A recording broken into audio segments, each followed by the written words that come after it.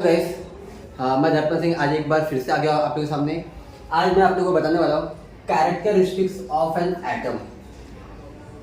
दोस्तों, जैसे कि आप सभी को पता होगा कि दुनिया में हर एक चीज किससे बना हुआ है? एटम से। और पूरे यूनिवर्स में सबसे स्मॉल पार्टिकल कुछ है तो वो है एटम। अब उस एटम के अंदर क्या क्या है हम वो देखते हैं।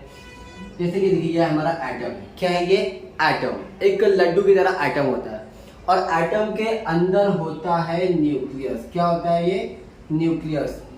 और ये है, देखिए जैसे कि ये हमारा पूरा एटम है और एटम के अंदर होता है न्यूक्लियस। क्या होता है एटम के अंदर? न्यूक्लियस।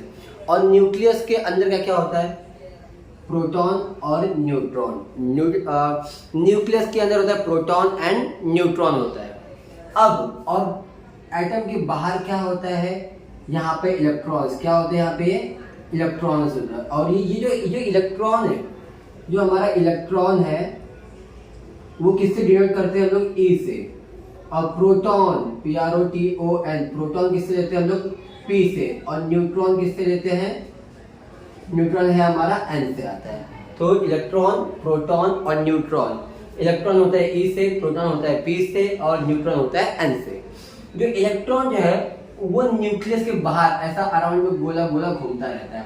जिस तरीके से हमारा सोलर सिस्टम में सन के अराउंड में, मतलब कि सूर्य के गोल गोल सारे ग्रह, यानी कि सन के अराउंड में सारे प्लैनेट्स किस तरह चक्कर लगाते हैं अपने ऑर्बिट पे, सेम उसी तरीके से न्यूक्लियस के अराउंड में इलेक्ट्रॉन रिवॉल्व करते रहते हैं, इलेक्ट्रॉन घूमते रहते हैं और इलेक्ट्रॉन अपने सेल्स में रहते हैं। ये इनके सेल्स है, इस तरीके से अपने सेल्स में घूमते रहते हैं। अब इलेक्ट्रॉन होता है नेगेटिव। इलेक्ट्रॉन कैसा होता है? नेगेटिव चार्ज होता है। इलेक्ट्रॉन के पास जो पावर होता है वो नेगेटिव पावर होता है। और प्रोटॉन कहाँ रहता है? न्यूक्लियस के अंदर। हमारा एटम है, एटम के अंदर न्यूक्लियस को बोलते हैं हिंदी में केंद्रक। तो न्यूक्लियस के अंदर पाए जाते हैं प्रोटॉन। और प्रोटॉन के पास जो पावर है वो कैसा पावर है? पॉजिटिव। प्रोटॉन के पास कौन सा पावर है? प्रोटॉन के पास पॉजिटिव पावर है।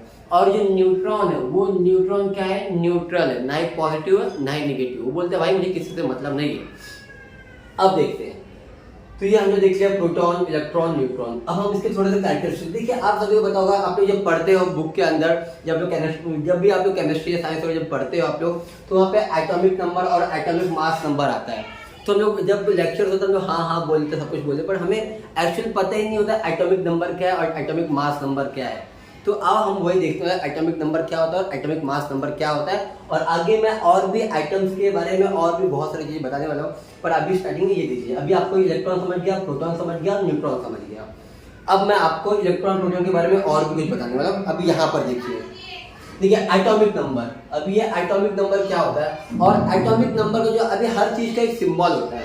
तो एटॉमिक नंबर को हम किससे जानते हैं? जेड। किससे जानते हैं एटॉमिक नंबर को? हम लोग जेड से, कैपिटल जेड से। एटॉमिक नंबर को हम लोग कैपिटल जेड से डिनोट करते हैं। एटॉमिक नंबर को हम क्या करते हैं? इनको हम लोग कैपिटल जेड से डिनोट करते हैं। तो एटॉमिक नंबर क्या होता है? Number of proton present in the nucleus of an atom. अभी एटॉमिक नंबर क्या होता है? एटॉमिक नंबर हमारा ये होता है कि किसी भी एटम के न्यूक्लियस के अंदर कितना प्रोटॉन है, तो जितना प्रोटॉन रहेगा उतना ही हमारा एटॉमिक नंबर रहेगा। जैसे XYZ, जैसे मान लो कि हीलियम। अभी हीलियम का अगर एटॉमिक नंबर जानना है तो क्या करना होगा? हीलियम एटम के न्यूक्लियस के अंदर हमें देखना होगा हीलियम एटम के न्यूक्लियस के अंदर कितने प्रोटॉन्स हैं, और उसके अकॉर्डिंग मालूम पड़ेगा कि हमें हमारा हीलियम एटम का कितना एटॉमिक नंबर है। तो हर एक एटम का अपना अपना एटॉमिक नंबर होता है। तो वैसे एटॉमिक नंबर कैसे मालूम पड़ता है? Number of proton present in the nucleus of an atom, that's called as atomic number. और सबसे इंपॉर्टेंट बात एक और बताता हूं मैं आप लोगों को दोस्तों, कि एक एटम के अंदर जितना प्रोटॉन होता है उतना ही बाहर इलेक्ट्रॉन भी होता है। किसी एटम में कभी कदार ऐसा हुआ कि एटॉम नंबर ऑफ प्रोटॉन और नंबर ऑफ इलेक्ट्रॉन चेंज होते हैं, वरना ज्यादातर 90% 95% यही है कि हर एक एटम के अंदर जितना प्रोटॉन होता है उतना ही इलेक्ट्रॉन। वैसे इलेक्ट्रॉन बाहर सेल्स में होते हैं और प्रोटॉन अंदर न्यूक्लियस के अंदर होते हैं, बट फिर भी जितना प्रोटॉन होता है उतना ही इलेक्ट्रॉन। ये देखिए, number of electron is equal to number of proton. जितना इलेक्ट्रॉन होगा उतना ही प्रोटॉन भी रहेगा। अब हम देखते हैं एटॉमिक मास नंबर। क्या पढ़ेंगे हम लोग? Atomic mass number. अब एटॉमिक मास नंबर क्या होता है ये देखिए। मास यानी क्या होता है दोस्तों? भार। क्या होता है? किसी भी चीज का पूरा भार, किसी भी चीज का पूरा, मतलब जैसे ये अभी मार्कर, अब इस मार्कर का पूरा भार, ये होगा इसका मास। अभी देखिए, और एटॉमिक मास नंबर को हम किससे डिनोट करते हैं? वो डिनोट करते हैं हम लोग ए से। किसे डिनोट करते हैं हम लोग? कैपिटल ए से डिनोट करते हैं। The total number of proton